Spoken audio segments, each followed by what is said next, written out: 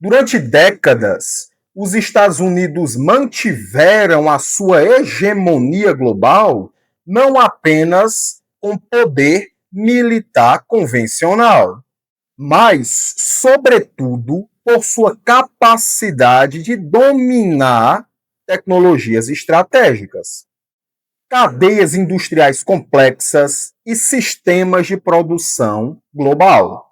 O verdadeiro poder americano nunca esteve apenas nos seus porta-aviões, caças e seu sistema nuclear, mas também no seu domínio estrutural sobre semicondutores, telecomunicações e infraestruturas de extrema complexidade.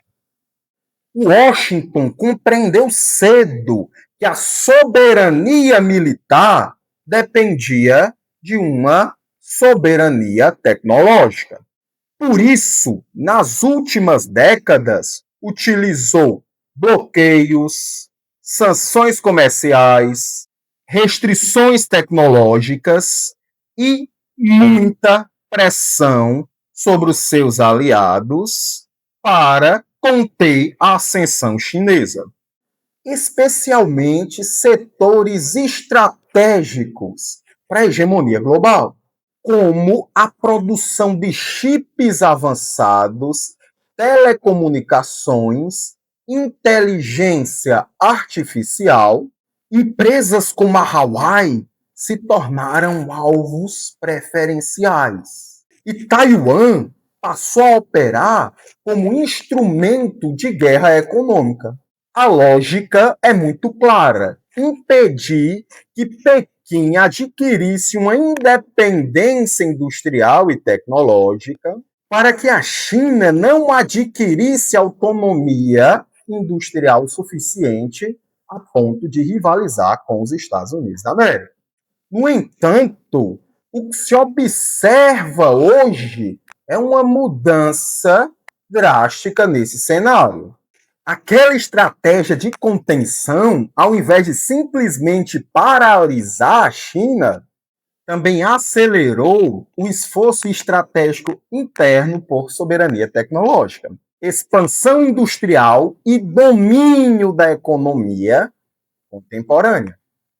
Agora, antes de aprofundar a análise, já curta, comente, compartilhe, siga o nosso canal, porque aqui a geopolítica deixa de ser manchete e passa a ser compreendida como uma estrutura de poder.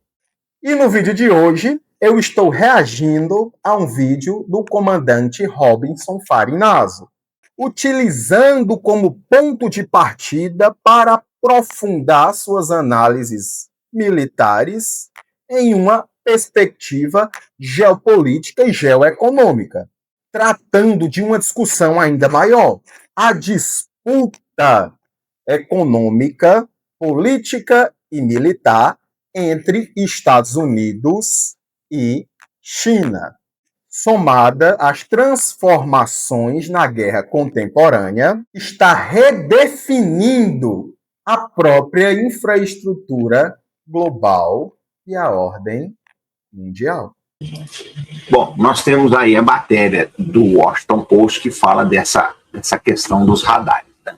Bom, o fato é que os equipamentos militares modernos, eles dependem de nitrito de galho, né? Que é um semicondutor que ele proporciona 50%, um salto de 50% na capacidade de radares, né? Como esse APG-85 do F-35, que eles usavam antigamente, né, arsenido de galho. Agora eles estão usando aí, né? Agora eles estão usando aí nitrito de galho. Acontece que os produtores americanos, eles quase não refinam galho. A China é responsável por 99% da produção mundial de galho. Nesse contexto, a análise do comandante Farinaso sobre a dependência dos Estados Unidos aos insumos chineses, como o galho, por exemplo, que é de uma importância estratégica, se mostra reveladora. O galho, ele é matéria-prima fundamental para a produção de chips avançados e radares sofisticados, além de sistemas de comunicação e plataformas militares, incluindo componentes do poderoso caça americano, o F-35.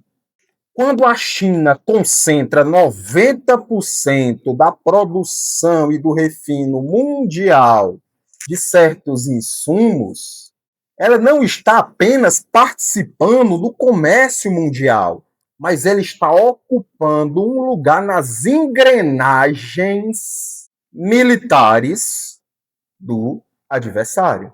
Isso produz uma mudança histórica muito importante. Pela primeira vez em décadas, a superioridade ocidental passa a se converter em vulnerabilidades críticas na produção estratégica. O problema para Washington não é simplesmente militar, mas sistêmico. Não se trata de apenas possuir armamentos superiores, mas garantir acesso seguro a materiais e a sistemas importantes para a produção desses armamentos. Manter e repor em cenário de disputa geopolítica. Os americanos têm um problema, né? Dentre os milhares de problemas aí que o F-35 tem, eu lembro que recentemente o Irã acertou uma aeronave dessas aí na Guerra do Golfo. Então, esse é o problema que a gente tem hoje nos Estados Unidos. Esse problema não vai parar aí, conforme eu já falei, ele se estende aos radares de longo alcance que estavam no Golfo, né? Ele se estende aí também para aquela questão das munições inteligentes, né? E outros artefatos que os Estados Unidos têm aí que dependem, né? Não só do galho, mas de outros minerais. Cerca de 11 mil componentes dos sistemas defensivos do Pentágono precisam, né, de galho. E quase 85% desses suprimentos vêm da China. E é justamente aqui que a análise ela precisa avançar para um outro ponto central. Conflitos contemporâneos já demonstram que essa vulnerabilidade produtiva pode colocar os Estados Unidos em uma situação bastante desconfortável. Porque cada vez mais a guerra atual mostra que não é necessário você desintegrar uma potência militar. Basta fazer com que a guerra se torne insustentável para ela. Tornar o desgaste econômico, político, militar o suficiente para que essa tal potência não possa avançar no conflito. Em suma, vencer pelo desgaste. A recente intensificação das tensões no Oriente Médio, e especialmente os desdobramentos relacionados ao Irã, mostraram o quanto uma guerra assimétrica nesse modelo amplia essa vulnerabilidade. Uma vez que o Irã utiliza estratégias para enfrentar um inimigo muito mais poderoso de uma forma que não o exponha e, como eu disse anteriormente, mantenha cada vez mais essa guerra inviável para a potência estadunidense. No caso iraniano, a estratégia é baseada na saturação dos sistemas de defesa. Mísseis, drones esses que são lançados em grandes enxames para criar um verdadeiro colapso dentro das defesas dos Estados Unidos, e em sequência, com essas defesas em crise, entram os mísseis hipersônicos, e com o auxílio de China e de Rússia, a mira do Irã está cada vez mais calibrada.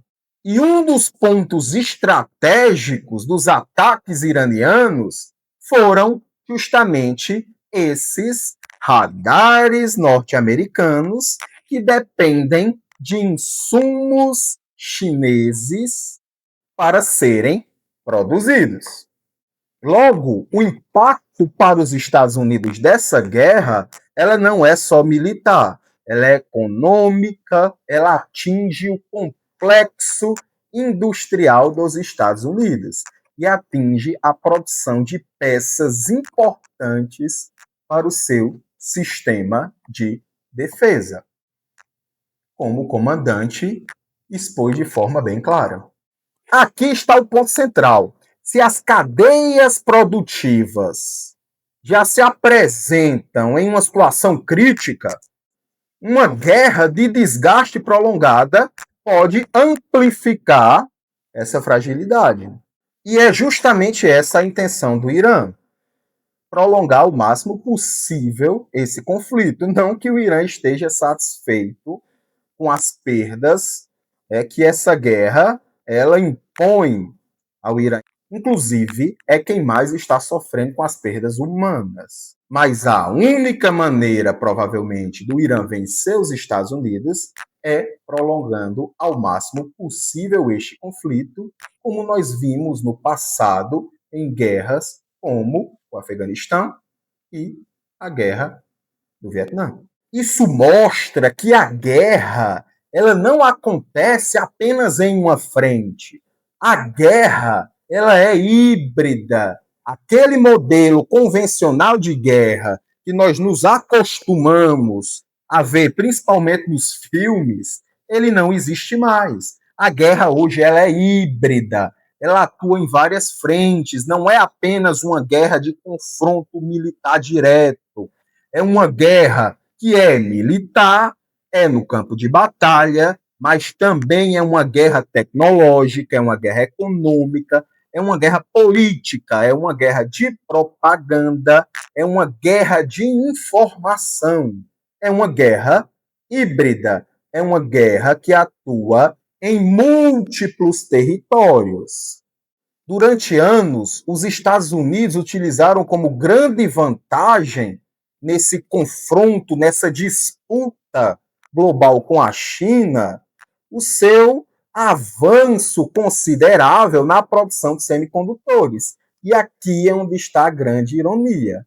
Hoje, os Estados Unidos, em grande parte, depende da China, depende do refino da China de determinados materiais para utilização de semicondutores na produção de chips, como é o caso do galho. Não é um conflito decidido por poderosos porta-aviões, por tanques de guerras, por caças. É uma guerra que ela é decidida em vários outros campos.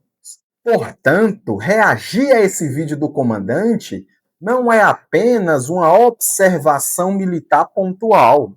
É compreender as vulnerabilidades produtivas, minerais estratégicos, guerras híbridas, guerras assimétricas, competições industriais e uma disputa global pelo poder. Dessa forma, o vídeo não trata apenas da dependência dos Estados Unidos ao galho ou da fraqueza, da vulnerabilidade apresentada pelo poderoso caça F-35. Ele revela um deslocamento nas disputas pelo poder mundial para o terreno tecnológico industrial. No século XXI, soberania não é apenas militar, não é apenas no domínio do território físico inimigo. Ela também é produtiva, tecnológica, logística e industrial. Talvez seja exatamente nesse território, somadas as transformações das guerras híbridas e assimétricas, que os rumos da hegemonia global seja decidida nas próximas décadas. Porque, no fim, não vencerá quem tem mais armas, simplesmente.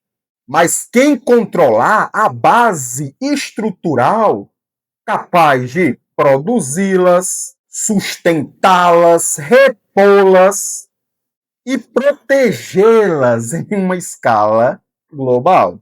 Se essa análise faz sentido para você, deixa aqui seus comentários. A China está apenas equilibrando o sistema ou já começou a desenhar profundamente a estrutura para a sua hegemonia no mundo?